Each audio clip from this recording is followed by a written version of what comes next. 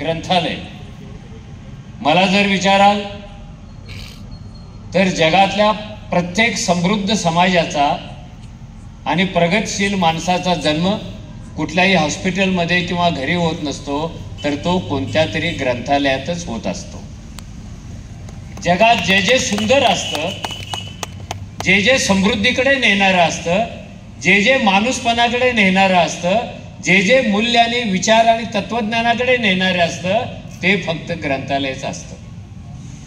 तुम्ही कोणत्याही थोर पुरुषांच्या आयुष्यामध्ये डोकवण्याचा प्रयत्न करा, त्याचा प्रारंभ ग्रंथालयापासून झालेला आहे. तो कोणतं तरी एक पुस्तक वाचतो ग्रंथालयात जाऊन आणि तो तिथून विद्वान होतो. नावच बघा, महात्मा फुले महात्मा झाले कारण त्यांनी पेनचं पुस्तक वाचलं होतं.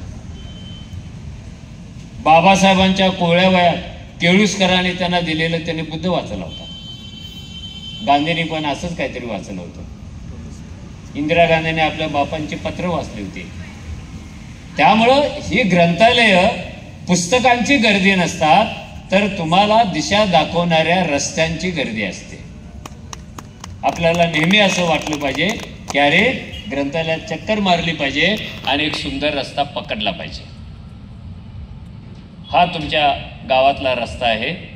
तो आजच्या उद्याच्या पिढीला असे जगण्याचे, लढण्याचे, ज्ञानाचे रस्ते दाखवत राहील. तो दाखवेल याविषयी सुद्धा मी अपेक्षा व्यक्त करतो, तशी खात्रीही बाळगतो. आता माझ्या विषयाकडे, कारण मी पत्रकार असल्यामुळं मला असं इकडे तिकडे फिरत बोलायची सवय, मुद्दा विसरायचा नाही. आम्ही भारताचे लोक हा मी विषय घेतला आणि संयोजकांनी तो मला घ्यायला परवानगी दिली. त्यामुळे त्यांनाही धन्यवाद देतो आणि स्वतःलाही धन्यवाद देतो, कारण माझा हा खूप आवडता विषय आहे. आपल्याला माहिती आहे की हा शब्द पहिल्यांदा कुठे आला? आम्ही भारताचे लोक हा भारताच्या राज्यघटनेमध्ये प्रियांबलमध्ये आला. भारताच्या राज्यघटनेचं ड्राफ्टिंग डॉक्टर बाबासाहेब आंबेडकरांनी केलेलं आहे. ते शिल्पकार म्हणतो त्यांना आपण, ते शिल्प घडवले त्यांनी. पण या राज्यघटनेमध्ये अनेक लोकांची कॉन्ट्रीब्युशन होती, हे त्यांनी पण मान्य केलेलं आहे आणि आपल्या सगळ्यांना पण मान्य आहे. राज्यघटना कशी असावी? सत्तेत आलेल्या नेहरू सरकारने लोकांनाच अपील केलेलं होतं की लोक हो, आपली राज्यघटना कशी असावी याविषयी तुम्हाला काय वाटते हे लिहून पाठवा. ज्या काळामध्ये आपली साक्षरता 3-5% होती, त्या काळात हजारो नागरिकांनी आपल्याला जमेल तसं आपल्या मनातली राज्यघटना लिहून पाठवलेली. 50ला आपली राज्यघटना आली असली तरी 38-40च्या सुमारास एक चमत्कार घडला होता भारतामध्ये. आपला देश स्वतंत्र होण्यापूर्वीच साताऱ्याजवळ एक संस्थान आहे, औंधचं संस्थान, आणि ते देशातलं सगळ्यात छोटं संस्थान, फक्त 72 गावं त्या संस्थानात. आणि गंमत म्हणजे ती सगळी दुष्काळग्रस्त गावं आहेत. त्या संस्थानच्या प्रमुखाला असं वाटलं की हे जे महात्मा गांधींच्या नेतृत्वाखाली स्वातंत्र्याचं आंदोलन चालू आहे त्याला आपण प्रतिसाद द्यावा, आणि तो प्रतिसाद देण्यासाठी आपण आपलं संस्थान रद्द करावं आणि सत्ता लोकांच्या हातात द्यावी. काय विचार आला होता? गांधीच्या आंदोलनाचा काय परिणाम होता? आणि आपल्याकडे काही संस्थानिक असे होते, तुम्हाला तरी माहिती आहे रजाकार कसे होते. ते स्वातंत्र्याला विरोधच करत होते, ते एकटे जोडलेच जात नव्हते. पण हे कुणीही न सांगता ह्याने आपल्या संस्थानामध्ये प्रजातंत्र आणलं. ते प्रजातंत्र कसं असायला पाहिजे ह्याचा मसुदा गांधींनी दिला होता. मग यांचा मुलगा वर्ध्याला गेला महात्मा गांधींना भेटायला, तेव्हा ते वर्ध्यात होते. आणि मुलाने विनंती केली की आमच्या वडिलांनी आता हे संस्थान सोडून द्यायचं ठरवले, लोकांचं राज्य आणायचं ठरवले, त्या राज्यासाठी एक राज्यघटना पाहिजे. बापूजी तुम्ही कृपा करून ती राज्यघटना लिहा. 19 पानाची राज्यघटना पहिल्यांदा महात्मा गांधींनी लिहून औंध संस्थानाला दिली. तिची कागदपत्र अजून पाहायला मिळतील. तुम्ही गुगलवर गेला तरी ते पाहायला मिळेल. ही राज्यघटनेची प्रक्रिया अशी चालू होती. आपल्याला राज्यघटना लिहिण्यासाठी कमिटी स्थापन झाली हे माहिती आहे. त्या कमिटीवर बाबासाहेब निवडून गेले होते हे पण माहिती आहे. पण पुढे भारताची फाळणी झाल्यानंतर पाकिस्तान तयार झालं आणि बाबासाहेबांचा मतदारसंघ पाकिस्तानमध्ये गेल्यामुळे त्यांचं सदस्यत्व संपलं. आता ज्यांचं सदस्यत्व संपलेलं आहे त्यांना राज्यघटना समितीत पुन्हा घ्यायचं कसं? सगळ्यांच्या समोर प्रश्न पडलेला होता. आणि त्यावेळेला चर्चा अशी पण चालू होती की जगातल्या अनेक राज्यघटना कॉन्ट्रॅक्ट पद्धतीनं एका विद्वान माणसाकडून लिहून घेण्यात आलेले आहेत.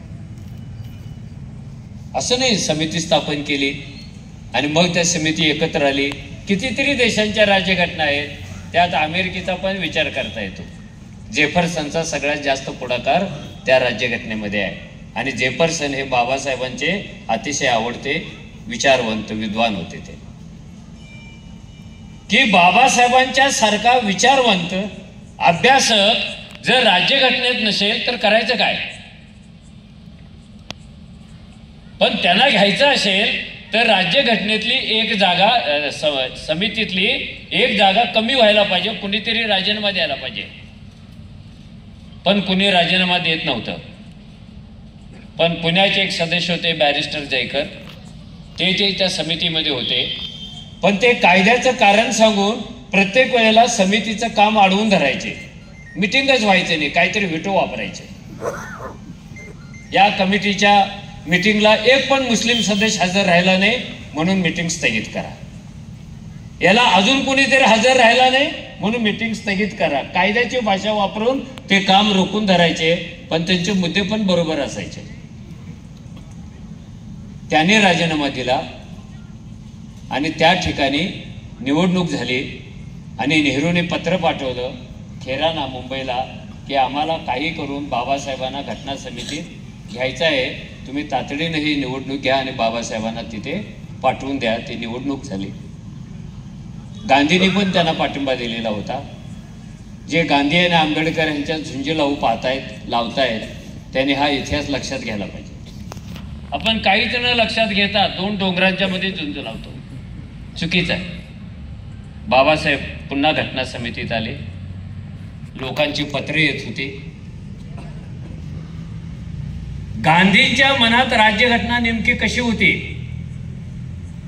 ती त्यांच्या एका शिष्याने लिहूनच काढली होती. म्हणजे यांचं काम चालू होणार आहे तोपर्यंत बापूजींच्या स्वप्नातली राज्यघटना लिहून तयार झाली आणि त्यांच्या एका शिष्याने ती बाबासाहेबांना आणून दिली. कारण हे ड्राफ्टिंग कमिटीचे चेअरमन आहेत. आणि त्यांनी सांगितलं देखो B.R. आंबेडकर आपकी कमेटी ये काम करने वाले हैं, बहुत दिन लगेंगे, बहुत महीने लगेंगे. ये बापूजी की कॉन्स्टिट्यूशन ले लो और अपना काम खत्म करो. त्यांनी त्या राज्यघटनेला बाइंडिंग पण केलं होतं. त्याच्यावर कव्हर होतं, त्याच्यावर टायटल होतं Gandhian Indian constitution of India. ते राज्यघटना लिहून आणली. मग बाबासाहेब ते अशी घटना चालता चालता म्हणाले की तुमची राज्यघटना कुणासाठी आहे? तुमच्या राज्यघटनेचा केंद्रबिंदू काय आहे? त्याने उत्तर दिलं तुम्हाला तर माहिती आहे की बापूंना स्वराज्य आवडतं, खेडं आवडतं आणि बापूंच्या राज्यघटनेमध्ये गाव हे केंद्रबिंदू आहे. राज्यघटनेचा गाभा काय आहे? बापूजींच्या गाव आहे. आंबेडकर म्हणाले हे तर खूप वाईट झालं. गाव कशाला म्हणतात? सगळ्या अज्ञानांचा जन्म जिथे होतो पहिल्यांदा ते गाव असतं. सगळ्या जातींचा जन्म पहिल्यांदा जिथे होतो ते गाव असतं. सगळ्या अंधश्रद्धांचा जन्म होतो तो शेतकऱ्यांचा बांध असतो. ही अस्पृश्यता, ही बिन अस्पृश्यता, ही विषमता ह्या सगळ्यांचा आगर म्हणजे गाव आहे. त्या गावाला कसं काय केंद्रबिंदू करतात? मग त्याने विचारलं तुमच्या राज्यघटनेचा केंद्रबिंदू कोण असेल? बाबासाहेब म्हणाले, माझ्या राज्यघटनेचा प्रारंभ, मध्य आणि शेवट फक्त आणि फक्त माणूस असेल. माझी घटना कशी असेल? माणूस केंद्रीय असेल आणि तुमची गाव केंद्रीय. कारण त्यावेळेला दोन घोषणा खूप गाजत होत्या. महात्मा गांधी म्हणत होते शहरं सोडून खेड्याकडे चला, आणि आंबेडकर म्हणत होते खेड्यातल्या विषमतेत न राहता शहराकडे चला.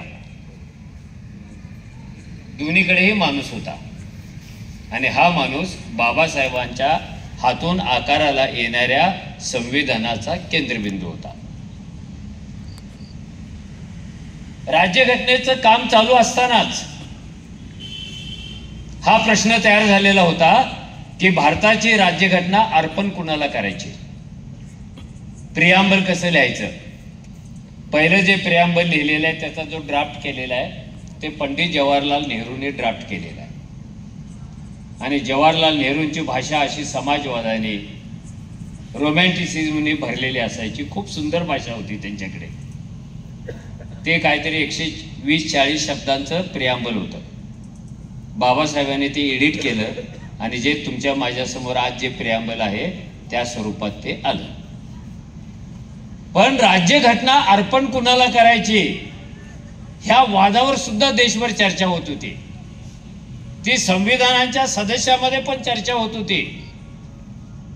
आणि भारताचं संविधान हे इतक्या चर्चेतून, इतक्या अडचणीतून, इतक्या वादविवादातून, इतक्या गंभीर पेच प्रसंगातून जन्माला आलेलं आहे की तसं जगातलं कोणतंही संविधान जन्माला आलेलं नाही आहे.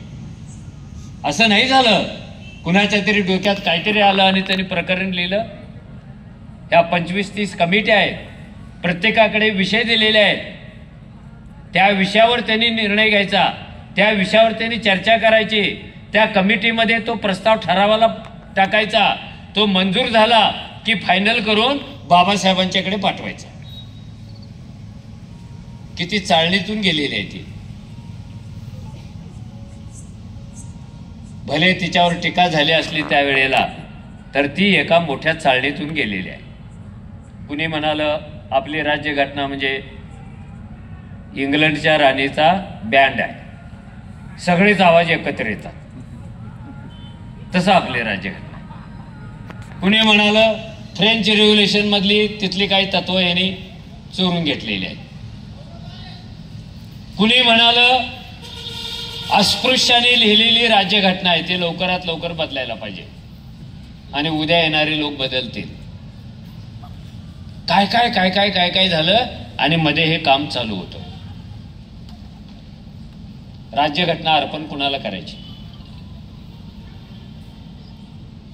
कारण त्या काळामध्ये अनेक राष्ट्र भारताबरोबर स्वतंत्र झालेली होती, पण त्यांची राज्यघटना तयार व्हायला पुढे अनेक वर्ष लागलेली आहेत. आपण फक्त पाकिस्तानचंच नाव घेतो, पण ब्रह्मदेशाचं काय झालं होतं? कुठे राज्यघटना लवकर तयार होत होती?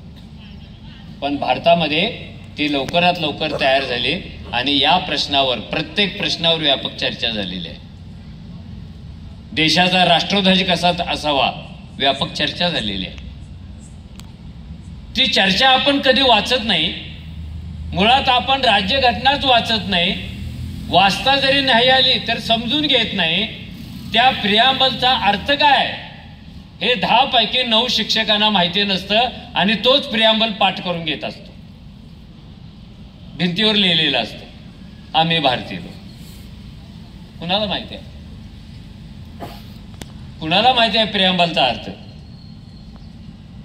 मी प्रयोग केला होता एकदा. 2000 शिक्षकांची मीटिंग मंगल कार्यालयामध्ये घेतली होती दुसऱ्या कारणाने, पण मला प्रियांबल समजावून सांगायचं होतं. ज्यांना प्रियांबलचा अर्थ सांगता येतो हात वर करा. सगळे झेडपीचे शिक्षक होते. याचा अर्थ प्रायव्हेट मधले शहाणे असतात असं समजू नका. शिक्षक इथून तिथून तेच आहे. एक पण हात वर केलं नाही. मग प्रियांबल पाठ कुणाला आहे? सगळ्यांचे हात वर. जी गोष्ट पाठ आहे तिचा अर्थच माहिती नाही.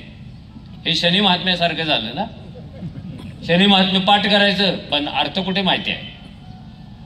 सत्यनारायणच्या पूजेचे मंत्र पाठ करायचे पण अर्थ कुठे माहिती आहे? एवढंच नव्हे तर आपल्या लग्नात भटजी जे मंत्र म्हणतो त्याचा अर्थ कुणाला तरी सांगता येईल का? अरे आपण लग्न करून घेतो पण त्या मंत्राचा अर्थ माहिती नाही. फक्त सावधान सावधान सावधान एवढंच कळतं बाबा. त्याने अटेन्शन मध्ये राहायला सांगितलंय कारण आता सुटका नाही आहे, लग्न होणार आहे, आता खरं नाही आहे तुझं, सावधान, एवढंच कळतं. जगातल्या अनेक राज्यघटना ह्या कुणाला ना कुणाला अर्पण केल्या गेलेल्या आहेत.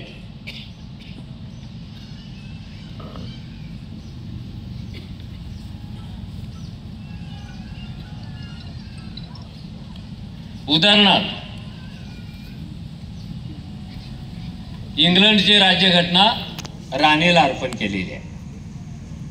फ्रान्सची राज्यघटना राजाला अर्पण केलेली आहे. काही देशांच्या राज्यघटना प्रेषितांना अर्पण केलेल्या आहेत.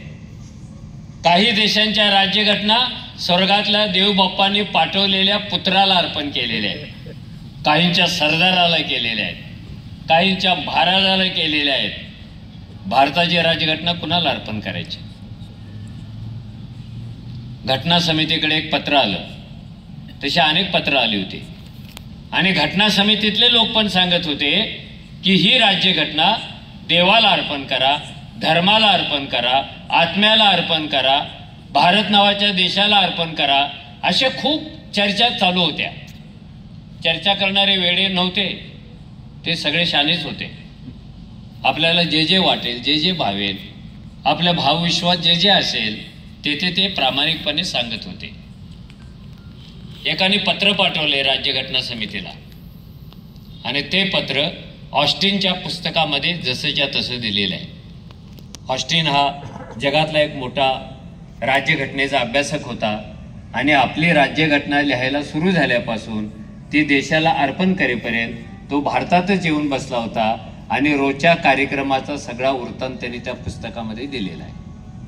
मराठीत त्याचं नाव आहे भारतीय राज्यघटना राष्ट्राची कोनशिला. ऑस्टिन नॉन चॅलेंजिंग पुस्तक आहे. त्यांनी जे लिहिले ते कोर्ट सुद्धा नाकारत नाही.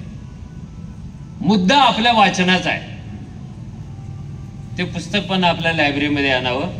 पुण्याच्या डायमंड बुक पब्लिकेशननी केलेलं आहे किंवा मी संजयला सांगतो तो गिफ्ट देईल तुम्हाला. ऑस्टिनचं पुस्तक हो म्हणाला तो.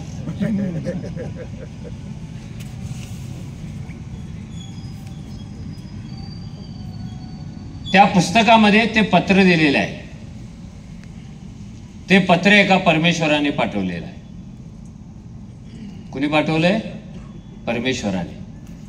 आणि त्या पत्राची सुरुवातच आहे, डिअर मिस्टर B.R. आंबेडकर, तुम्ही घटना समितीच्या ड्राफ्टिंग कमिटीचे चेअरमन आहात म्हणून मी तुम्हाला हे पत्र पाठवतोय. आपली जी राज्यघटना आहे ती देवालाच अर्पण करावी असा आमचा आग्रह आहे. कारण हे जग, आपला देश, ही माणसं देवाने निर्माण केलेली आहेत आणि राज्यघटना लिहिण्याची प्रेरणा सुद्धा देवानेच दिलेली आहे आणि स्वातंत्र्य लढ्यात भाग घेण्याची प्रेरणा सुद्धा देवानेच दिलेली आहे. त्यामुळं ही राज्यघटना देवाला अर्पण करावी. Your sincerely. हे पत्र देवाचं आहे आणि ते इंग्रजीत आहे. आता आहे तर आहे आणि खाली सही केलेली आहे, युअर सिन्सिअरली. कल्की महाराज चेन्नई आणि त्यांच्या अवतार कल्पनेचा जो नंबर होता तो नंबर पण टाकलेला आहे त्या पत्रात, तुम्ही तो पहा. असे वेगळ्या वेगळ्या ठिकाणाहून घटना समितीकडे प्रपोजल्स येत होते. काही प्रेमाचे होते, काही आग्रहाचे होते, काही समजूतपणाचे होते, तसेच राष्ट्रध्वजाविषयी सुद्धा होते. राष्ट्रध्वज कसा असायला पाहिजे?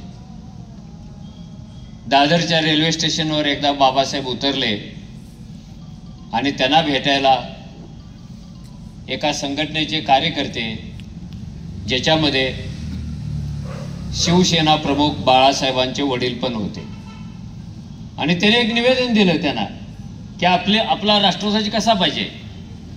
तर ते म्हणाले कसा पाहिजे? आपला राष्ट्रध्वज भगवा पाहिजे. मग ते म्हणाले तुमच्या मनातला जो राष्ट्रध्वज आहे ना तो मला दाखवायला माझ्या घरी घेऊन या बंगल्यावर. ह्याने 4 गाड्यांना ते मोठे ध्वज लावले आणि घोषणा देत त्या गाड्या बाबासाहेबांच्या बंगल्यावर गेल्या, ते ध्वज काढल्याने दाखवले हा राष्ट्रध्वज पाहिजे, भगवा पाहिजे. बाबासाहेब म्हणाले मला पण भगवा ध्वज आवडतो, कारण त्याचा त्यागाशी संबंध आहे, त्याचा शौर्याशी संबंध आहे, त्याचा विजयाशी संबंध आहे. आता कोणाशी संबंध आहे ह्याच्यावर बोलायचं नाही, दिवस वाईट आहे. राष्ट्रद्रोहाचा खटला भरतात, मी तर कधीच बोलत नाही, नावच घेत नाही मी कोणाची. हा भगवा ध्वज जरी मला आवडत असला तरी झेंडा कोणता पाहिजे ही ठरवणारी एक स्वतंत्र कमिटी आहे, राज्यघटनेने तयार केलेली. तुम्ही दिल्लीला या आणि हा झेंडा तुम्ही त्यांना दाखवा, मी पण तुमच्या बरोबर येतो आणि आपण काहीतरी विचार करूया. राज्यघटना जाहीर झाली तरी हे झेंडा घेऊन काय दिल्लीला गेले नाहीत आणि तो झेंडा तिरंगा आपल्या राष्ट्राचा झेंडा झालेला आहे. ही राज्यघटना अशी नाही हो मतदार याद्या तयार केल्यासारखी. काय काय काय काय काय काय घडत होतं आत आणि बाहेर, आणि लोक डोकं लावून त्याच्यातून मार्ग काढत होते. बाबासाहेबांना प्रश्न विचारण्यात आला की तुम्ही ही राज्यघटना देवाला नको म्हणता, धर्माला नको म्हणता, आत्म्याला नको म्हणता, खेड्याला नको म्हणता, बापूजींना पण अर्पण करू नको म्हणता, मग हे अर्पण करायची कुणाला, तुमच्या मनात काय आहे? आणि बाबासाहेबांनी सांगितलं ही जी भारताची राज्यघटना आहे ही ना राजाला अर्पण केली जाईल ना कोणा राणीला अर्पण केली जाईल, ही सरदाराला अर्पण केली जाईल ना कुणाला स्वर्गातल्या बाप्पाला अर्पण केली जाईल, ही माझ्या देशातल्या फाटक्या तुटक्या असलेल्या सामान्य माणसाला अर्पण केली जाईल. म्हणून प्रियांबलची सुरुवात आहे we the people of India, आम्ही भारतीय लोक. 1950ला आम्ही भारतीय लोक हा पहिल्यांदा शब्द आला प्रियांबलच्या सुरुवातीला. 3 शब्द आहेत, आम्ही भारतीय लोक. मग 50च्या अगोदर कुठे होते आम्ही भारतीय लोक? शेतकरी म्हणजे आम्ही भारतीय लोक नाही आहे, व्यापारी म्हणजे आम्ही भारतीय लोक नाही आहे, हा तरुण सांगत होता. अस्पृश्य म्हणजे आम्ही भारतीय लोक नाही आहे, जे भारतात राहतात म्हणून भारतीय लोक नाही आहेत. मग ते तर राज्यघटनेच्या अगोदर राहतच होते ना. शेतकरी पण होते पण त्यांना आम्ही भारतीय लोक म्हणत नव्हते.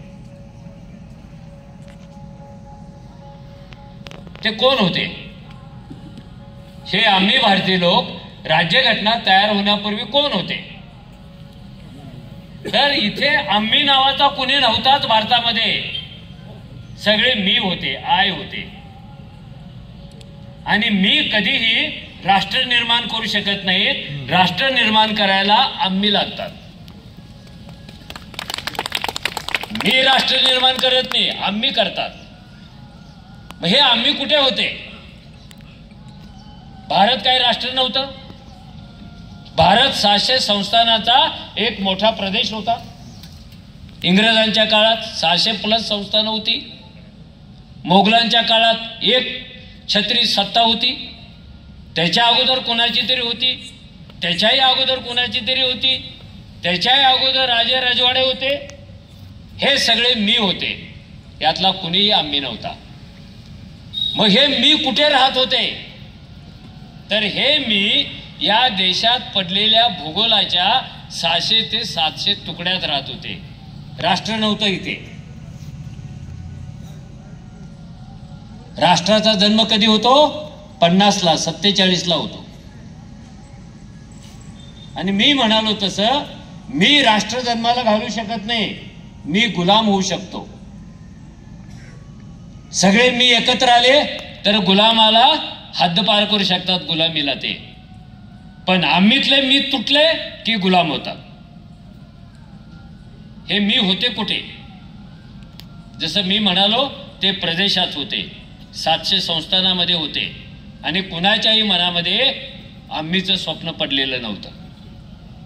ते मी म्हणून जन्माला येत होते, मी म्हणून जगत होते आणि मी म्हणूनच मरत होते. आम्हीचा जन्म असा सजासजी झालेला नाही 9 महिने 9 दिवसात. एक 200 वर्षाची महालढाई झालेली आहे. ते 1985 1885 पासून काँग्रेसची लढाई आहे, बंड आहे. एका 200 वर्षाच्या महासंघर्षानंतर भारतामध्ये पहिल्यांदा आम्ही जन्माला आला, तो राज्यघटनेला प्रियांबलच्या पहिल्या शब्दात. आम्ही अजून कुठे कुठे होते. त्याही वेळेला भारतामध्ये 4000 प्लस जाती होत्या. जाती, पोटजाती, पोटजाती, उपजाती, उपजाती. हे आम्ही कुठे विखुरलेले होते? हे 4000 जातीमध्ये विखुरलेले होते, तुकड्या तुकड्याने. त्यामुळं आम्ही आहोत हे सांगण्याची सोयच नव्हती, कारण हे जाती तुकड्या तुकड्याने विखुरलेले आहेत. आम्ही जन्माला येत नव्हता आणि आम्ही जन्माला येऊ दिला जात नव्हता. आम्ही एकत्र येत नव्हता आणि आम्हीला परकी सत्ता एकत्र येऊ देत नव्हत्या. आणि मी म्हणालो, आम्ही शिवाय देश जन्माला येत नाही, आम्ही शिवाय राज्यघटना जन्माला येत नाही, आम्ही शिवाय समाज पण जन्माला येत नाही. हे आम्ही पकडायचं काम राज्यघटनाकारांनी केलं प्रियांबलच्या पहिल्या दशेत. मग दुसरा शब्द येतो भारताचे. भारत का शब्द आला? हिंदुस्थान का नाही आला? संस्थानिकांचा देश असा का नाही शब्द आला? हिंदुस्थान होता ना, आज पण आहे, तेव्हा पण आहे. आम्ही हिंदुस्थानचे लोक असं का नाही आलं? भारताचे का आलं? कारण भारत जेव्हा नवीन राष्ट्र झाला तेव्हा विशिष्ट व्यक्तींची ओळख सांगणारा प्रदेश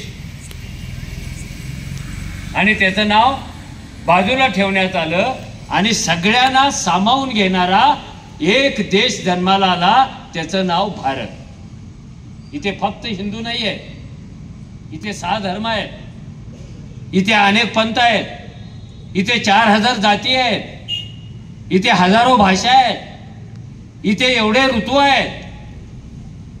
हा सगळा भारत आहे.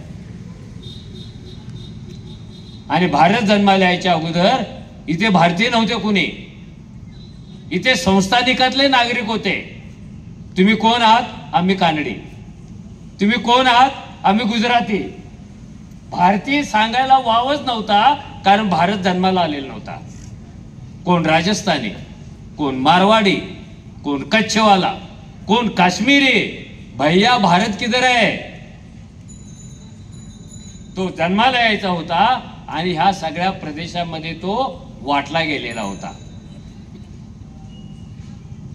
आणि त्यांच्यातही वाद होते, कानडी मोठा की मराठी मोठा, कानडी मोठा की तमिळी मोठा, हा राजा मोठा की तो राजा मोठा, हा संस्थानिक मोठा की तो संस्थानिक मोठा. हे सगळे जे तुकडे तुकडे होते, हे सगळे जे डिव्हिजन होतं, division of religion, division of geography, division of human being, माणसाचंच विभाजन झालेलं होतं. भूगोलाचं तर झालं, पण माणसाचे तुकडे तुकडे झाले होते, आंतरबाह्य तुकडे. एक तुकडा जातीचा, एक धर्माचा, एक प्रदेशाचा, एक भाषेचा, एक संस्कृतीचा, एक अख्खा 6 फूट माणूस अशा असंख्य तुकड्यामध्ये विभागला गेलेला होता. एक दिल के तुकडे हजारो है, एक उधर गिरा एक इधर गिरा. हा तुकड्या तुकड्यात विभागलेला माणूस देश निर्माण करू शकत नाही. देश निर्माण करायला एक संध माणूस लागतो. आणि एक संधता कशातून येते? भौगोलिक सलगता, धार्मिक सलगता, सांस्कृतिक सलगता, भाषिक सलगता, जिव्हाळा आणि आम्ही सगळे एक आहोत ही भावना उच्च कोटीला पोचते. त्या भावनेतूनच भारत नावाच्या राष्ट्राचा जन्म होत असतो. तो झाला, त्याचं नाव भारत. हे जे आम्ही होते हे प्रदेशाचे राहिले नाहीत, हे जातीचे नाही झाले, हे भारताचे झाले. इतिहासामध्ये हा भारत काश्मीर ते कन्याकुमारी अखंडपणे कुणाच्याही एका सत्तेखाली नव्हता. राजेशाही होती ना, आणि कोणत्याही राजाकडे त्याची घटना नसते. राजा जो बोलतो तो कायदा असतो, तो जो देतो तो न्याय असतो. घटना लोकशाहीची गरज असते. म्हणून बाबासाहेब म्हणाले, माझ्या राज्यघटनेचा केंद्रबिंदू मालक हा माणूस असणार आहे, कारण माणसाच्या पराक्रमासाठी, माणसाचे ऋण व्यक्त करण्यासाठी ही राज्यघटना त्याला अर्पण करायची आहे. कारण तू मीचा आम्ही झालेला आहे, तू प्रदेशवादातून बाहेर पडलेला आहे आणि तो भारतीय झालेला आहे. आणि मग शेवटचा शब्द येतो लोक, peoples, we the peoples of India. The पण शब्द आलेला आहे. इंग्रजीच्या शिक्षकांना माहिती असेल द कधी येतो आणि कधी गायब होतो. जेव्हा तुम्हाला स्पेसिफिक सांगायचं असेल, आग्रहानं सांगायचं असेल, वैशिष्ट्यपूर्ण सांगायचं असेल, एकमेव आहे हे सांगायचं असेल तर द वापरतो, नाहीतर द वापरत नाही आपण. We the people of India. हे नुसतेच पीपल नाही आहेत, द पीपल आहेत. हे लोक आहेत. मग राज्यघटना जन्माला येण्यापूर्वी, भारत स्वतंत्र होण्यापूर्वी हे लोक कुठे गेले होते? तर इथे लोक नव्हते, इथे माणसं होती, इथे व्यक्ती होत्या. आणि माणसं आणि लोक ह्याच्यामध्ये फरक आहे. लोक ही पॉलिटिकल टर्म आहे, ही राजकीय संज्ञा आहे. माणसाचा लोक होण्यासाठी खूप मोठा प्रवास करावा लागतो. असं नाही होत तिथे येताना माणूस होता आणि इथे आल्यावर लगेच लोक झाला. माणसाच्या गरजा वेगळ्या असतात आणि लोकांच्या गरजा वेगळ्या असतात. जे लोक असतात त्यांच्या राजकीय गरजा असतात. राजकीय गरजा म्हणजे काय? मला देश पाहिजे, राजकीय गरज. मला स्वातंत्र्य पाहिजे, मला बंधुता पाहिजे, मला राज्यघटना पाहिजे, मला अमुक अमुक पाहिजे. ही गोष्ट माणसं मागत नाहीत, लोक मागतात.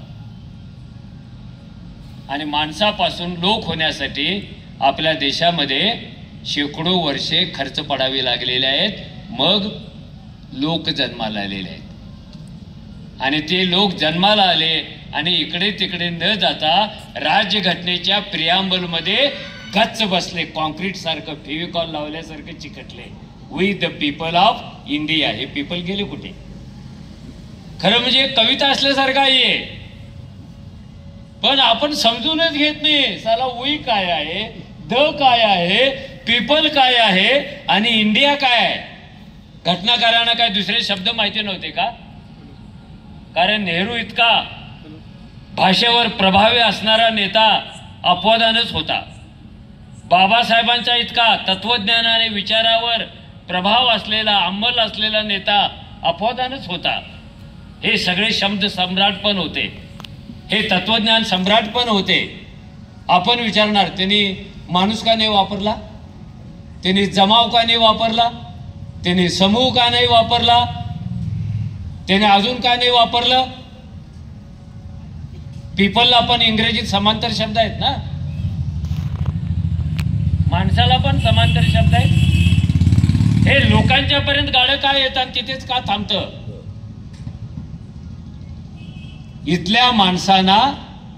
इथल्या माणसांचं लोकात रूपांतर करण्याचं ऐतिहासिक काम बाबासाहेबांच्या राज्यघटनेने केलेलं आहे. ती जर राज्यघटना तशी नसती तर आपण माणसंच राहिलो असतो. माणसं कमी प्रगत असतात आणि लोक जास्त प्रगत असतात. आणि त्यांची प्रगती ही संघर्षातून येते, ही स्वप्नातून येते. राष्ट्राचं स्वप्न आहे, राष्ट्राच्या उद्धाराचं स्वप्न आहे, स्वतःच्या उद्धाराचं स्वप्न आहे. ही स्वप्न माणसाला माणसापासून लोकांपर्यंत आणून पोहोचवतात. लोक राष्ट्र स्थापन करतात. ते विचाराने फुडारलेले आणि राष्ट्राचं स्वप्न पाहणारे, म्हणून लोक ही एक राजकीय काय त्याला संज्ञा म्हणावं असा शब्द आहे. लोकांची स्वप्न असतात, माणसाची स्वप्न नसतात. जमेल तसं जगू, मिळेल ते खाऊ, सटवीनं जे नशिबात लिहिलेलं आहे ते बघून जगू. माणसं सटवीच्या भविष्यावर जगत असतात आणि लोक संविधानाने लिहिलेल्या तत्वावर जगत असतात. काय मोठा फरक आहे. कोण कशावर जगतो. माणसं अध्यात्मातल्या सिद्धांतावर जगतात, देवदेवतांच्या कल्पनावर जगतात आणि लोक संविधानातल्या तत्वावर जगत असतात, परिशिष्टावर जगत असतात. जी माणसं असतात ती परावलंबी असतात आणि जे लोक असतात ते संविधानाच्या जोरावर स्वावलंबी झालेले असतात. म्हणून त्यांच्या ओठावर शब्द येतो, आम्ही आहोत. आता मी मेलेला आहे, आता आम्ही भारतीय आहोत, आता आम्ही लोक आहोत. एवढंच नाही तर आम्ही देशाचे मालक आहोत. इथला फुटपाथवर बसून भीक मागणारे लोक सुद्धा देशाचे मालक आहेत आणि अदानी, अंबानी, अडानी, टाटा हे सुद्धा देशाचे मालक आहेत. इथे कुष्ठरोग्याच्या हात झडलेल्या रोग्याच्या मताला जेवढी किंमत आहे तेवढीच राष्ट्रपतीच्या मताला किंमत आहे. कारण हे आम्हीच आहेत सगळे. असं झालं का भिकारी आहे म्हणून त्या मताची किंमत कमी आणि टाटा आहे म्हणून किंमत जास्त. एक मत आहे आणि समान पत आहे. हे आम्ही भारतीय लोकांनी घडवलेली क्रांती आहे. हे कोण घडवतं. एका मताला किती किंमत असते हे वाजपेयींचं सरकार कोसळताना आपण पाहिलेलं आहे. एकच मत कमी पडलं होतं आणि प्रचंड मेजॉरिटीला किती किंमत असते हे पण आपण 10 वर्षे पाहतो आहोत. सेम वोट सेम व्हॅल्यू ह्याच्या जोरावर इथला माणूस गरीब जरी असला तरी तो राज्यघटनेचा देशाच्या बाबतीमध्ये सशक्त आहे. तो बीपीएल वाला जरी असला त्याच्याकडे काहीच नसलं त्याच्या 7 बाऱ्यावर तरी तो या सभेत या डायसवर येऊन सांगतो की तुम्ही मला गरीब म्हणू नका, तुम्ही मला भिकारी म्हणू नका. अरे ज्याच्या 7 बाऱ्यावर अख्खा देश असेल, अख्खी घटना असेल, तो गरीब कसा असतो. हम भी अमीर आहे लोग, हमारे नाम पे संविधान आहे हे म्हणायचं सामर्थ्य त्याला कुठून मिळालं. ही मालकीची कल्पना त्याच्याकडे कुठून आली. जो वर्षानुवर्षे गुलाम होता तो एकदम मालक कसा काय झाला. म्हणून वामनदादांनी कविता लिहिली होती, भीमा तुझ्या जन्मामुळे झाले गुलाम मोकळे. इथे एका माणसाचा, महापुरुषाचा जन्म होतो आणि कोट्यावधी गुलामांच्या पायातल्या साकड्या ताट ताट तुटून जातात. कारण ती संविधानातली ताकद आहे. हे महाशक्तिमान आहे. म्हणून जेव्हा आम्ही भारतीय लोक म्हणतो तेव्हा आपल्या डोक्यात असा विचार पाहिजे, आता मीचा तुकडा संपलेला आहे. जे तुकडे असतात ना ते सेलमध्ये घालून मारले जातात. ते एक के ऊपर एक फ्री मिळतात. तुम्ही कोणत्याही मार्केटमध्ये जा, एकावर दुसरं मोफत आहे. ते काय आहे. तुकडा आहे. त्याचा सेल आहे. टाटाने आणि महिंद्राने आपल्या मोटर गाड्यांचा सेल कधी केला का. इथे विचारा, मोटर गाड्यातले तज्ञ आहेत. एका मोटारीवर दुसरी मोटार फ्री असं कधी सेल मानला. पण एका पीसवर दुसरा पीस मोफत. कारण तो पीस आहे. पीसला स्वतःचं अस्तित्व नाही, पीस स्वावलंबी नाही आणि पीस म्हणजे रेमंडचा तागा नाही आहे. रेमंडच्या ताग्याचा कधी सेल लागत नाही, पण उल्हासनगरमध्ये तयार झालेल्या कपड्याच्या तुकड्याचा सेल लागतो. भारी सेल लागतो. साडी घेतली ब्लाऊज मोफत, ब्लाऊज घेतलं बांगडी मोफत, बांगडी घेतली टिकली मोफत.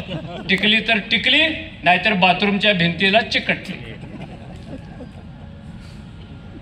हे आम्ही कोण आहेत? हे सेलमध्ये न मारले जाणारे, हे एक के ऊपर एक फ्री असे न वाटला जाणारे, हे महाकाय महाशक्तिमान आणि ज्यांच्या हातामध्ये संविधानाचं चिलकत आहे, संविधानाचं शस्त्र आहे, संविधानाचं मुकुट आहे आणि त्यांच्या इच्छेशिवाय या देशात काहीच घडत नाही.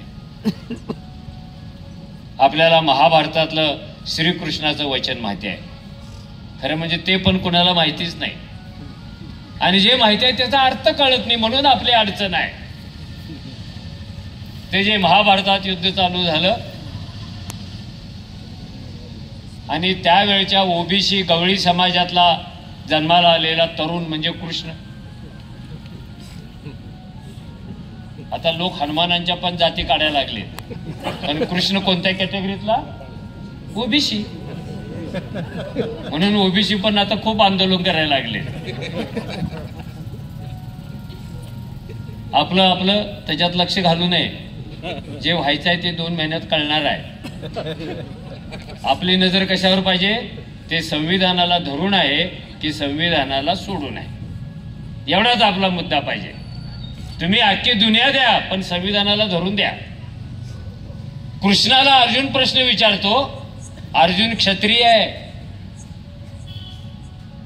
कळलं क्षत्रिय काय कळलं? तो म्हणतो देवा तू इतके दिवस भाषण देतोय रथात बसून, ह्याचं उत्तर देतो त्याचं उत्तर देतो, तू कर्मसिद्धांत सांगतो, तू जन्मसिद्धांत सांगतो, पण एवढा मोठा जगाचा पसारा आहे, हा चालतो कसा? हे काय तू सांगितलं नाही देवा. कृष्ण सांगतो नीट ऐक अर्जुना, मी हलविता हले, म्हणजे मी हलवल्याशिवाय काही हलणारच नाही. मी चालविता चाले, मी स्टार्ट म्हटल्याशिवाय कुणी चालणारच नाही. एवढंच नव्हे अर्जुना, माझ्या आज्ञे वाचून झाडाचे पान न हले. माझी परवानगी नसेल तर झाडाचं पान पण हलणार नाही, इतका महाशक्तिमान मी आहे. आणि आधुनिक काळामध्ये इतकी महाशक्तिमान आपली राज्यघटना आहे. तिथे नायक व्यक्ती होता आणि इथे नायक आम्ही आहेत. तिथे नायक सिंगल होता आणि इथे नायक असंख्य आहेत. कधीतरी समजून घ्या, हे आम्ही क्या होता है, हम क्या होता है. तुम्ही असं सांगू नका मीच अनेक वचन म्हणजे आम्ही. ही स्पर्धा परीक्षेतली पोरं सांगतात. प्लुरल ऑफ आय म्हणजे वी. आणि असं जे सांगतात ते अनेक प्रयत्न करून सुद्धा कधी पासच नाही होत. First attempt, second attempt, third attempt. मग राजस्थानला जा, तिथे पण फेल गेला तर तिथेच आत्महत्या कर. सो मी नाही आहे, आम्ही आहे. आणि इथे बसलेल्या न बसलेल्या प्रत्येकाला आपलं रूपांतर मी मधून आम्हीच झालं याचा गर्व बाळगायला पाहिजे. बाकी कोणत्याही गोष्टीचा गर्व बाळगू नका. आम्ही झालो, आम्ही जन्माला आलो याचा गर्व प्रत्येकाने बाळगायला पाहिजे. आणि जोपर्यंत आम्ही हा गर्व बाळगतात तोपर्यंत राष्ट्र टिकून असतं. आलं लक्षात भानगड काय आहे? जोपर्यंत हे गर्व बाळगतात वी वी वी तोपर्यंत राष्ट्राला धक्का लागत नाही, कुणी कितीही सांगू. आम्हीच्या आकांक्षावर, आम्हीच्या श्वासावर, आम्हीच्या आसावर, आम्हीच्या स्वप्नावर राष्ट्र मस्तपैकी उभं असतं, सुरक्षित असतं. माणूस सगळ्यात जास्त सुरक्षित कुठे असतो? आईच्या गर्भाशयात. तसं आम्हीच्या गर्भाशयामध्ये राष्ट्र सुरक्षित असतं. त्यामुळे तुम्ही सिझरिंग करायच्या नादाला लागूच नका, त्याला राहू द्या तिथे. हे मी ते आम्ही हा एक प्रचंड मोठा प्रवास आहे. या आम्हीने या प्रवासामध्ये जाती नाकारलेल्या आहेत आणि जातीपेक्षा संविधान मोठं असतं हे सांगितलेलं आहे. त्यांनी धर्माची कवच कुंडलं फेकून दिलेले आहेत आणि संविधानाची कवच कुंडलं घातलेले आहेत आणि सांगितलं हे राज्यघटना जी आहे ही निधर्मी आहे, ही सगळ्या धर्माविषयी समान आदर ठेवायला शिकवते. आपल्याला राज्यघटनेने कुठल्याच देवाची निंदा केलेली नाही आहे. आपल्या राज्यघटनेने कोणत्या धर्माची निंदा केली, कोणत्या मंदिराची केली, कोणत्या मशिदीची केली? आपल्या राज्यघटनेने एकच वाक्य सांगितलं, राज्यघटना तुमच्या काळजात पाहिजे आणि धर्म तुमच्या देवाऱ्यात पाहिजे, एवढंच सांगितलं. संविधान मनात, धर्म घरात. धर्माला विरोध केला का? नाही केला. कारण एवढे सगळी चित्र विचित्र माणसं घेऊन आपल्याला हा राष्ट्राचा गाडा पुढे चालवायचा आहे. कुणाच्या लक्षातच येत नाही. भारताच्या आदल्या दिवशी स्वतंत्र झालेल्या पाकिस्तानमध्ये 75 वर्षात 75 बंड होता. अनेक वेळा लोकशाही धोक्यात होते. भारतात का नाही झालं असं? कारण भारतातल्या लोकांना संविधानाने असं गच्च पकडून ठेवलंय, राष्ट्रप्रेमापोटी, निधर्मी प्रेमापोटी, आम्हीच्या प्रेमापोटी. त्यांना ते हलू देत नाही, म्हणून इथे बंड होत नाही. Credit goes to constitution, credit goes to आम्ही, क्रेडिट गोज टू भारतीय, and again credit goes to we the people. कोण काय रोल करते? हे सगळे लोक ज्यांनी राष्ट्रासाठी जाती नाकारल्या, धर्माला आपल्या घरात ठेवलं, वंश नाकारले, भाषेमधला विकार नाकारला, भाषेमधले मतभेद नाकारले, प्रदेशामधल्या सीमा त्यांनी संपवल्या आणि आम्ही भारतीय लोक ही 3 शब्द घेऊन ते सन्मानाने उभे राहिले. आम्हीला धोका कधी पोचतो? भारतीयला धोका कधी पोचतो? आणि लोकांना धोका कधी पोचतो? बाबासाहेबांनी सांगितलं की आपली जी ही राज्यघटना आहे, आपली जी लोकशाही आहे, या लोकशाहीने समाजाच्या राजकीय गरजा सर्वप्रथम भागवलेल्या आहेत. किती भारी राजकीय गरजा भागवल्या. अरे लोकशाहीत कुणी पण निवडून येऊ शकतो ना? येऊ शकतो की नाही? कुणी पण उभा राहू शकतो, कुणी पण हरू शकतो, कुणी पण म्हणजे कुणी पण. माझ्या गावात यल्लमाला सोडलेली बाई पंचायत समितीवर निवडून आली 3 उमेदवारांचं डिपॉझिट करून, जप्त करून. हे डेमोक्रेसी आहे. कुठल्या तरी एका राज्यात तृतीयपंथी पण आमदार म्हणून निवडून आला होता. एके ठिकाणी तो महापौर झाला होता. फुलनदेवी पण खासदार झालेली होती. सिनेमाच्या तिकिटाचे काळाबाज करणारे मंत्री पण होतात की नाही? ज्यांची दारूची दुकान आहे ते दारूबंदी खात्याचे मंत्री होतात, झालेत की नाही? मी यातली एक पण गोष्ट बकवास सांगत नाही. फक्त मी काय ठरवलंय, नावं घ्यायची नाही. उगाच आपल्याला वाईट वाटतं, आपण कोणाची नावं घ्यायला लागलो राव. गांधी सोडले, नेहरू सोडले आणि मला त्यांचीच नावं घ्यायला लागलो. लोकशाहीने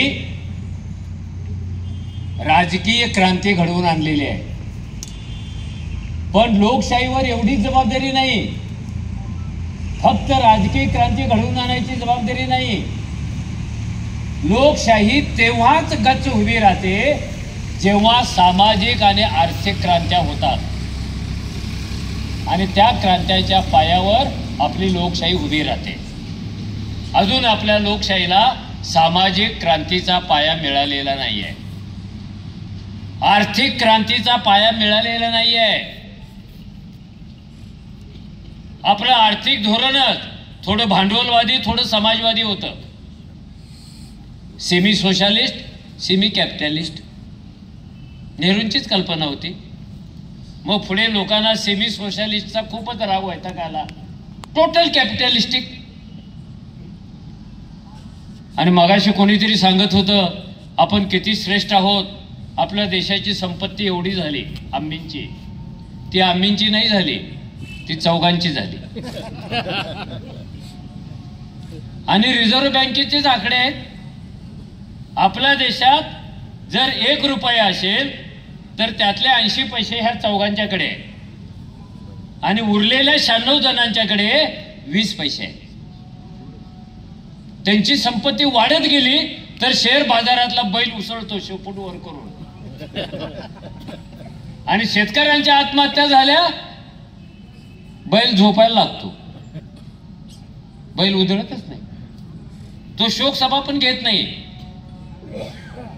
संपत्तीचं विकेंद्रीकरण आपल्याकडे झालं नाही, केंद्रीकरण झालं आणि त्या केंद्रीकरणाचा झटका आम्हीला बसायला लागलेला आहे, तो संकोच व्हायला लागलेला आहे. असं कसं बाबा? एकाने 4 बँका बुडवून तो बाहेर गेला तरी योग्य आहे, आणि एकाने विजेचं बिल थकवलं म्हणून तुम्ही त्याचं कुटुंबावर नांगर फिरवता, असं कसं होईल? जर इथले आम्ही समृद्ध झाले असते 4 बरोबरीनं, तर या देशामध्ये रोज 12 शेतकऱ्यांनी आत्महत्या केल्या नसत्या. रोज 12 शेतकरी म्हणजे बंद झाले नाहीत त्या, फक्त आम्ही पेपरवाल्यांनी त्या बातम्या छापायच्या बंद केल्या. मला आठवतं जेव्हा एका शेतकऱ्याने कर्ज नापिकी म्हणून आत्महत्या केली, चिठ्ठी लिहून ठेवून, तेव्हा भारतातल्या सगळ्या वर्तमानपत्राचं पहिलं पान एकाच बातमीने भरलं होतं. आणि आता 10 शेतकऱ्यांनी जरी आत्महत्या केल्या तरी 10व्या पानावर सुद्धा ती बातमी येत नाही, कारण मीडिया सुद्धा भांडवलशाहीच्या दावणीला बांधला गेला, तो गोदी मीडिया झाला. तिथे आम्ही पण होतो, लवकर रिटायर झालो.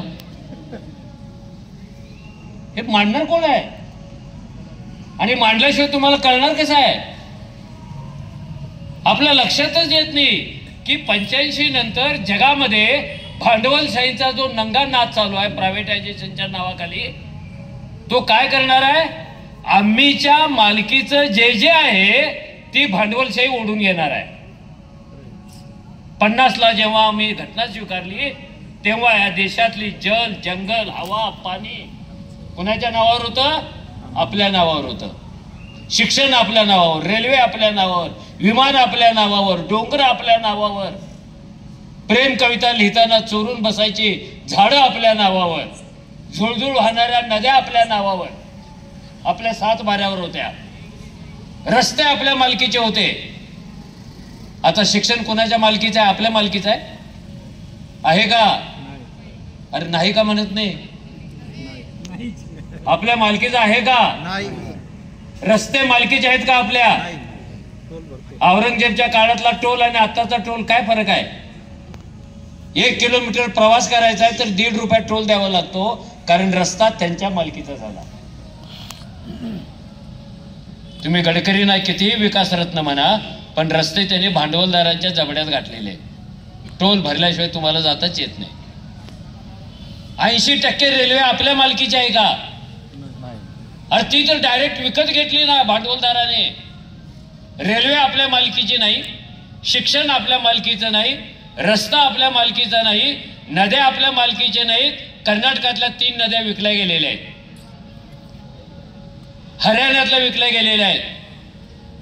तुम्ही मध्यमवर्गी, तुम्ही इकडे बघत नाही, तिकडे बघत नाही, नीट नाकासमोर चालता आणि कुठल्या तरी फोनच्या खांबाला डोकं फुटून आपटता. मध्यमवर्गी ना, आम्हाला राजकारण नको, आम्ही मध्यमवर्गी, राजकारणाचा हेट करतो आम्ही. हा मध्यमवर्गी खूप डेंजरस आहे, कारण जो लोकशाहीच्या नरडीलाच नख लावायला निघालाय. राजकारण रोग नाही आहे, राजकारण व्यसन नाही आहे. तुमच्या सामाजिक जाणीवा व्यक्त करण्यासाठी खेळायचं एक मोठं मैदान आहे. ठीक आहे, तिथे वाईटांची गर्दी जास्त आहे की नाही? आहे, पण वाईटांची गर्दी जास्त कुठल्या ठिकाणी नाही आहे. प्रवचनाला गेलो तरी चप्पल चोरीला जातात ना, म्हणजे कुणीतरी वाईट आहे तिथे. सगळ्यात जास्त गर्दी दारूच्या दुकानात आहे ना, वाईट आहेत तिथे. तुम्ही वाईट आहे म्हणून रस्त्यावर चालायचं बंद नाही करू शकत. आणि वाईट आहे ह्याची गंती करून वाईट कधी कमी नाही होत.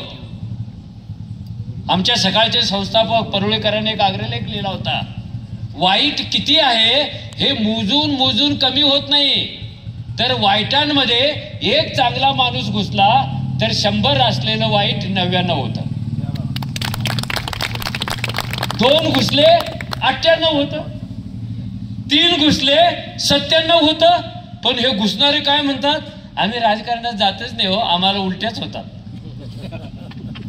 अरे तू लोकशाहीमध्ये राहतो ना, तू घटनेचा मालक आहे ना, तू देशाचा मालक आहे ना, तू व्होटर आहे ना.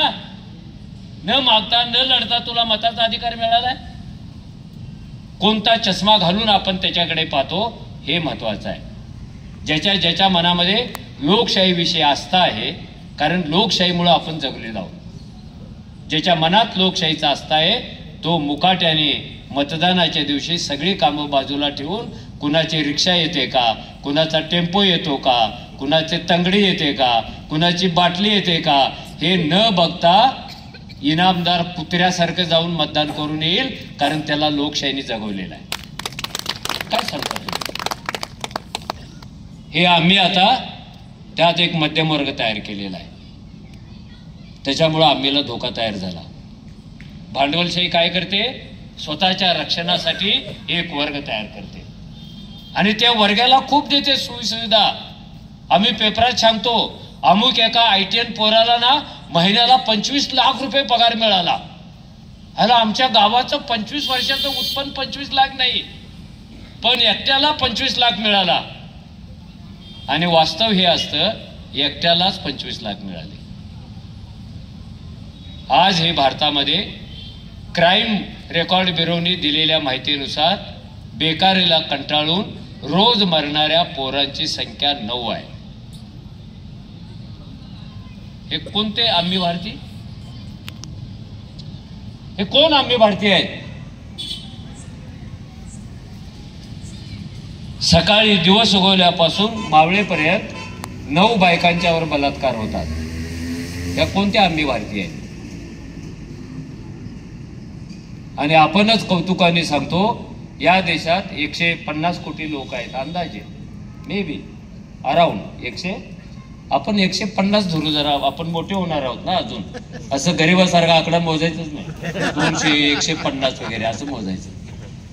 150 कोटीमध्ये 80 कोटी आम्ही आहेत. कोण आहेत? आम्ही आहेत की ज्यांच्याकडे जगण्याचं साधनच नाही आहे. स्किल नाही, साधन नाही, शिक्षण नाही, नोकरी नाही, ATMचं कार्ड नाही, रेशन कार्ड नाही, अशी किती आहेत? 80 कोटी. आणि त्यांना जगवायची जबाबदारी कुणी घेतली? सरकारने. त्यांना घरपोच धान्य जातं दर महिन्याला, बरोबर आहे. हा देश असा कसा मोठा की जिथे 80 कोटी लोकांना, म्हणजे 2-3 अमेरिकेला सरकारने पाठवायच्या धान्यावर अवलंबून राहावं लागतं. तो साला मोठा कसा काय असतो? हा तर भिकाऱ्यांचा देश व्हायला पाहिजे. 80 कोटी काय आम्ही कमी वाटतात तुम्हाला? हे आम्ही देशाचे मालक असलेले. जल कुणाच्या वाट्याला गेलेला आहे? पाणी कुणाच्या वाट्याला गेलेलं आहे? या ज्या हातात बाटल्या स्टाईल मारत फिरवतो ना आपण, या कंपन्यांनी सगळ्या जगातल्या जलाशयाचे साठे विकत घेतलेले आहेत. भारताच्याच नव्हे, जलाशयातल्या. हे पाणी कुणाच्या मालकीचं होतं आणि हे बाटलीत कसं गेलं? आणि ह्या बाटलीची किंमत कशी झाली? 20 रुपये. आणि त्याला प्रतिष्ठा आली. रोज टीव्हीवर सांगतात, शुद्ध पाण्याने दिवसातून 10 वेळा हात धुवा, नाहीतर रोग लागतो. कुणाला रोग लागला? एका बोटावर 5 लाख जंतू बसतात. 5ही बोट तोंडात घातली की 25 लाख जंतू आत जातात. खप 5 वेळा लिक्विड सोपने हात धुवा. आणि साबण लवकर खपला पाहिजे म्हणून त्या जाहिराती कशा येतात? ती एक जाड पोरगी हात धुणाऱ्या पोराला विचारते, क्या रे तेरा सोप स्लो चलता है क्या? जल्दी जल्दी सोप खत्म कर, नया लाने का है. हे कोण शिकवताल आपल्याला? आणि आम्ही त्याला का बळी पडत होते? बळी पडतायत. कुठल्याही हॉटेलमध्ये गेला माणूस की पाणी मागत नाही, पेपर नॅपकिन कुठे आहे ते? ह्याच्या आजोबाने वापरला होता कधी? अरे मेलं का कोणी पेपर नॅपकिन नाही म्हणून? मेले? आम्ही तरी बातमी नाही छापली. पेपर नॅपकिन खपत नाही म्हणून निर्माता मेला असेल, पण कस्टमर नाही मेलेला. तुमच्या जगण्याला एक प्रतिष्ठा वापरावी म्हणून ह्या सगळ्या गोष्टी आल्या आणि त्या पण मध्यमवर्गीय माणसालाच मिळाल्या. हा काय योगायोग होता का? मनमोहन सिंगने पहिल्यांदा वेतन आयोग आणला, त्याचं सरकार गेल्यावर पुन्हा वेतन आयोग आला, त्यांचं सरकार असताना पुन्हा वेतन आयोग आला, ते आता संपताना पुन्हा नवीन वेतन आयोग येणार आहे. हा चमत्कार आहे का? हा योगायोग आहे का? कारण भांडवलशाहीला कस्टमर पाहिजे आणि तुमचा पगार वाढवल्याशिवाय तुम्ही त्याचे कस्टमर होतच नाही. हे ऑनलाईन मटण कोण मागवतं? मी मागवतो का? हे इंजिनियर, शिक्षक 7th पे 8th पे हे पण करतात. काल तंगडी पाठवली होती, आज किमा पाठव. कारण त्याला प्रश्न पडलाय, घरात 4 जण नोकरी करणारे 4 लाख रुपये येतात, हा पैसा उधळायचा कुठे भांडवलशाहीसाठी? घराचं रंगकाम काढ, गाडी नवीन घे, युरोपच्या सहलीवर जा, नवीन फ्लॅट घे, ऑनलाईन मागव. हे चंगळवादी जग भांडवलशाहीने तिच्या हितासाठी तयार केलेलं आहे. आणि यातल्याच काही आम्हीनं असं स्वप्न दिलं, तू अजून उंच जाणार आहेस. अरे 1990-92च्या सुमारास तुमच्या गावातल्या चौकात एक होर्डिंग लागलेलं होतं. आता ती होर्डिंग गेली. आता चौकात होर्डिंग कोणाचे लागतात माहितीये? ते होर्डिंग दिसलं ना, मी डोळ्यावर हातच ठेवतो. मला ते कुठला तरी गुंडाचंच असतं. दादा भाऊ जिओ 1000 साल. अरे ह्यानी कशाला 1000 साल जगायचं? ह्यानी तर लवकर मरायला पाहिजे ना. अरे त्याच्याकडे पैसे असतात, तो स्वतःच्या पैशाने होर्डिंग, आणि अलीकडे तरी आमची नावं खाली छापायला लागला तो.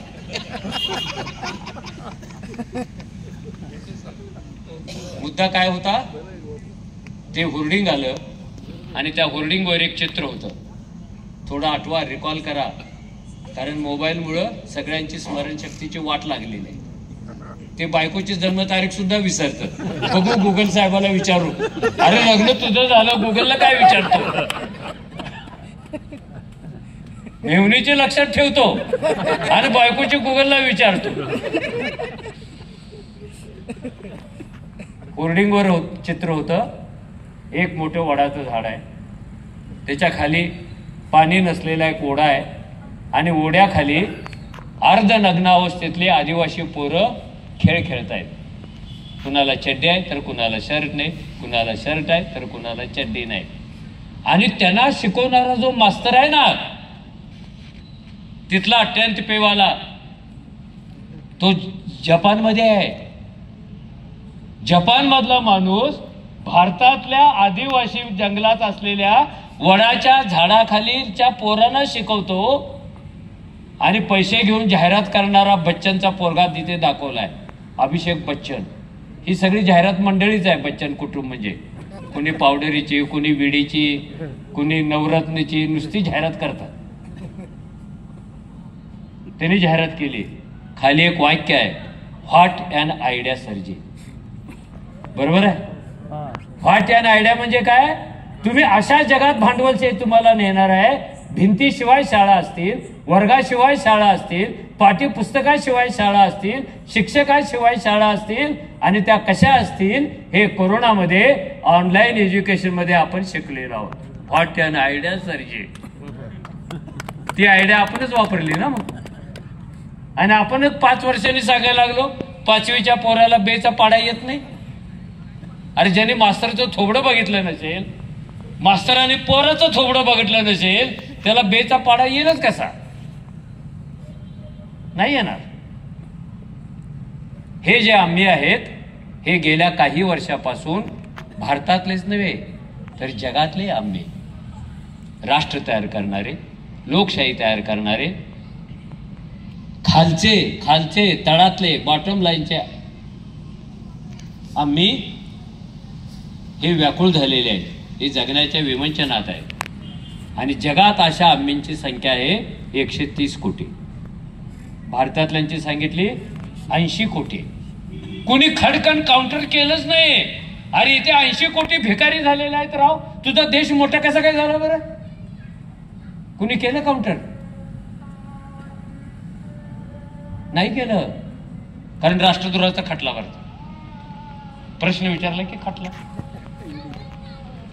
आम्ही मधला शानपणा जो आहे त्याची भीती व्यवस्थेला वाटत असते, त्याच्यातल्या भुकेची भीती सुद्धा व्यवस्थेला वाटत असते. त्यामुळे जागतिक वित्तीय संस्थांसमोर एक गंभीर प्रश्न आहेत. हे जे 130 कोटी आम्ही आहेत, त्यांना नाव दिलेलं आहे, पॉलिटिकल नाव, कंडम्ड पीपल.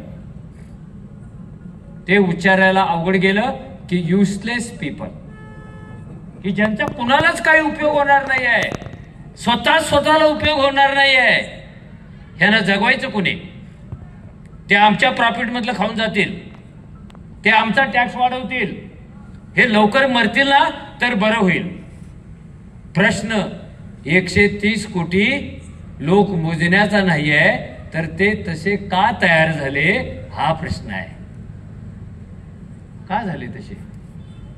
सातत्याने आपण पॉप्युलेशन म्हणजे लायबिलिटी समजत आलो आणि 80 कोटी लोकांना काम नाही दिलं आपण.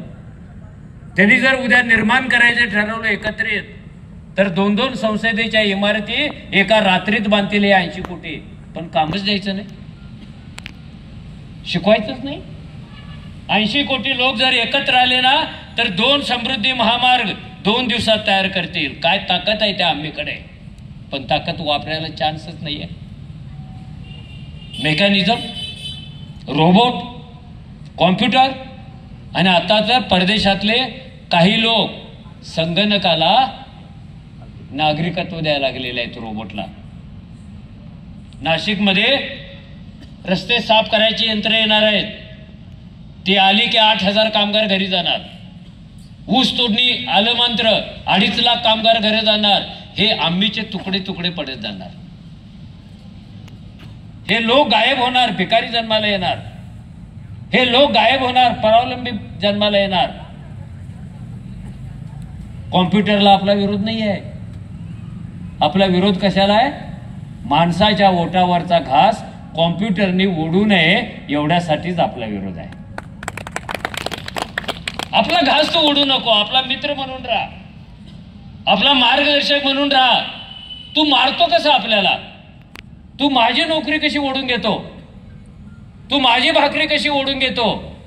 We are not anti mechanism, we are not anti computer, we are not anti skill. कारण माणूस त्याच गोष्टी जन्माला घालत असतो ज्याची त्याला उपयुक्तता असते. कॉम्प्युटर त्यांनीच जन्माला घातलाय ना. म्हणून मी एकदा असं भाषणात सांगितलं होतं, हे कॉम्प्युटरचं वापर जर योग्य केला नाही तर काय होतं? हॉलमधली बायको वरच्या मजल्यातल्या नवऱ्याला आवाज देऊन बोलवण्याऐवजी मिस कॉल देऊन किंवा फोन करून बोलवते. गॅप इन रिलेशनशिप हळूहळू तयार होत जाते. पुण्यातल्या पोराने मला फोन केला की तो हँडसेट मी कुत्र्याच्या कानाला लावतो, देख तेरा बॉस बोल रहा है. ह्याच्यासाठी कॉम्प्युटर नाही आहे, ह्याच्यासाठी संगणक नाही आहे. मुद्दा असा आहे की हे सगळं जग कोण्या एकेकाळी विष्णूच्या गळ्यात असलेल्या नागाच्या फण्यावर राहत होतं, शेषाच्या मस्तकावर. बरोबर आहे? अण्णाभाऊ साठे सारखा कवी आला आणि त्यांनी हे जग श्रम करणाऱ्या, कष्ट करणाऱ्या, घाम गाळणाऱ्याच्या हातावर नेलं आणि संगणक आला आणि त्यांनी हे सगळं भलं मोठं जग आपल्या छोट्याशा पडद्यावर आणलं. ही जी स्थित्यंतर होत जातात, हे जे बदल होत जातात, त्याच्यातून नवे नवे जगणारे, हरणारे, मरणारे वर्गही तयार होत असतात. या आम्हीला खलास करायचा असेल तर पहिल्यांदा त्याला स्पर्धेत घालावं लागतं, नाहीतर आम्ही मरतच नाही. सुट्टा मरतो हो, आम्ही कसा मरेल? एक काडी लगेच तुकडा करून मोडते, पण 10 काड्यांचा बंच तुटत नाही. तो तोडायचा असेल तर काडी अलग करावी लागते. आम्हीला स्पर्धेत घालू मार. त्याला कंपनी फार्मिंग वाल्याबरोबर शेती करायला लाव. अरे हा 1.5 एकरातला कांदेवाला टाटाच्या 2000 एकर कंपनी फार्मिंग बरोबर कसा लढेल? काय टाप आहे त्याची लढायची? हा मोलकर्णीचा पोरगा हा कलेक्टरच्या पोराबरोबर कशी कॉम्पिटिशन करेल? काय टाप आहे त्याची? तलाट्याच्या 300 जागा आहेत, 7 लाख पोरं परीक्षेला बसत असतील तर उरलेल्याने काय करायचं आहे? युपीएससी एमपीएससीच्या सगळ्या मिळून जागा हजारभर असतील, युपीएससीच्या तेवढ्या पण नसतील. 13 लाख पोरं, बाकीच्याने करायचं काय? नवीन व्यवस्थेचा आम्हीसाठी नियम असा आहे, तुम्हाला जे पाहिजे ते मिळेल, पण स्पर्धेतून घ्यायचा आहे. जो जिंकतो तो सिकंदर आणि जो हारतो त्याची शोकसभा होत नाही. आम्ही अडचणी सापडलेल्या आहे आणि त्याला अडचणीत आणण्याचे पद्धतशीर प्रयत्न चालू आहे. आम्ही जन्माला आला की क्रांती करतो आणि सुट्टा आला सेलमध्ये मारला जातो. मी पुन्हा सांगतोय, आम्ही साला क्रांतीच करतो ना. जगाच्या पाठीवर जेवढ्या क्रांत्या झालेल्या आहेत त्या आम्हीनी केलेल्या आहेत, मीनं नाही केली कुणी. मुद्दा काय? आम्ही थोडा जपून ठेवायची वेळ आलेली आहे. भारतीय थोडं जपून ठेवण्याची वेळ आलेली आहे. पुन्हा आपण रिव्हर्स चाललेलो आहोत. जाती जाग्या होत आहेत. माणसाची पहिचान भारतीय ऐवजी जातीनं व्हायला लागली. सगळी जातीची चिन्ह आपल्या अवतीभोवती दिसतात. तुम्ही माझ्याबरोबर नाशिकला चला, तुम्हाला 100 गाड्या अशा दिसतील की त्या गाड्यांच्या ढुंगणावर काय पण लिहिलेलं आहे. बघतोस काय? मुजरा कर, तलवारच दाखवतात. मी आदिवासी आहे, मला अभिमान आहे. मी मातंग आहे, मला अभिमान आहे. जय भीम. हॉटेलात गेला, धनगर थाळी. मर्द मराठा बिर्याणी, जैन पोहे, मटन मोगलाई. ह्या ज्या जाती संपून आम्ही झालेल्या होत्या त्या हळूहळू आता चोर पावलाने उघडपणे आपल्या पर्यावरणात फिरतायत आणि जाती जाग्या होणं म्हणजे आम्हीचं मरण जवळ येणं. सो प्लीज लिसन. जाती नाही जाग्या करायच्या. तुमचे काय प्रश्न असतील ना, संविधान तुमच्यासाठी दिलेलं आहे. लढा, आंदोलन करा, पण जातीचा आधार घेऊ नका. मुळात त्या जागांची लायकी काय तर आहे बघा. हे गावाकडच्या पाटलांनी पोरीच्या लग्नात दिलेलं निमंत्रण आहे. 1000 माणसं पंक्तीत बसवत होतो आणि 10 माणसांना वाढून झालं की जेवण संपतं त्याच्याकडचं, पण पंगत तशीच बसलेली आहे. पंक्तीतले लोक चिडतात, पाटील आव किती वेळ झालं, अन्न मिळतच नाही. तो काय म्हणतोय, तुला पंक्तीत बसवले ना. पुन्हा थोड्या वेळानं, पाटील जेवण मिळतच नाही, पंक्तीत बसवलंच ना. या अन्नाशिवाय बसलेल्या पंक्ती म्हणजे राखीव जागा आहेत. इथे अन्न मिळण्याची सोय नाही, पंक्तीत बसायला परवानगी आहे. पंक्तीत बसायचं. मी पुन्हा सांगतो, आपल्या मनात कोणत्याही जातीविषयी, धर्माविषयी, माणसाविषयी द्वेष असता कामा नये. कारण प्रश्न द्वेषाने सुटत नसतात, प्रश्न शांतपणाने सुटत असतात, प्रेमाने सुटत असतात. द्वेष करायचं काही कारणच नाही. त्यामुळं एका मोठ्या पेच प्रसंगातून आपणच नव्हे तर मानवी जात जाते आहे आणि त्या पेच प्रसंगातून लोकशाहीच्या अंगावर कुठेतरी ओरखडे उठत आहेत. स्वातंत्र्य, समता, बंधुता ह्या सगळ्या तत्वांना जगभरच ओरखडे उठत आहेत. भांडवलशाहीने एक नवीन रूप घेतलेलं आहे आणि कल्याणकारी राष्ट्राची जागा ती घेऊ पाहते आहे. सरकार काहीच नाही करत. त्यांच्याच कंपन्या दात घासायला शिकवतात, त्यांच्याच कंपन्या औषध घ्यायला शिकवतात. सरकारनं ह्याच्यातून बाहेर पडायचं आहे. Defence, currency, law and order, सरकार, 4च गोष्टी त्यांनी थांबायचं आणि बाकी सखीतून रिटायर व्हायचं आहे. ज्या समाजामध्ये शेतकरी रिटायर, नोकऱ्या मिळत नाहीत म्हणून कामगार रिटायर, स्पर्धा परीक्षा पास होत नाही म्हणून युवक रिटायर, तो समाज कुठे जाणार आहे भाऊ? आपला समाज तो आहे जो राज्यघटनेच्या प्रियांबलमध्ये मोठ्या गर्वाने लिहिलेला आम्ही भारतीय लोक, त्याला जपायचं आहे आपल्याला. त्याला धक्का बसला ना तर पुढच्या वर्षी ही गर्दी दिसणार नाही. त्याला धक्का बसला ना तुमचे मूलभूत हक्क, अधिकार, कर्तव्य, तुमचा राष्ट्रवाद सगळ्याची वाट लागणार आहे. एक वेळ स्वतःचं बोट कापा, जीभ कापा, पण राज्यघटनेच्या पानाला धक्का पोचू देऊ नका. कारण एक राज्यघटना 150 कोटींचं भवितव्य घेऊन उभी आहे. It is not book of pages, it is not paper book. तुमचं माझं भविष्य जिथे लिहिलं जाणार आहे, लिहिलं गेलं आहे, आपला वर्तमान जिथे लिहिलं गेलेलं आहे देशाचा आणि माझा, ते संविधान आहे. आणि त्याच्यातली ही सूत्र आम्ही भारतीय लोक ही काळजीपूर्वक जपावं, एवढे मी आपल्याला सांगतो. थांबतो. धन्यवाद.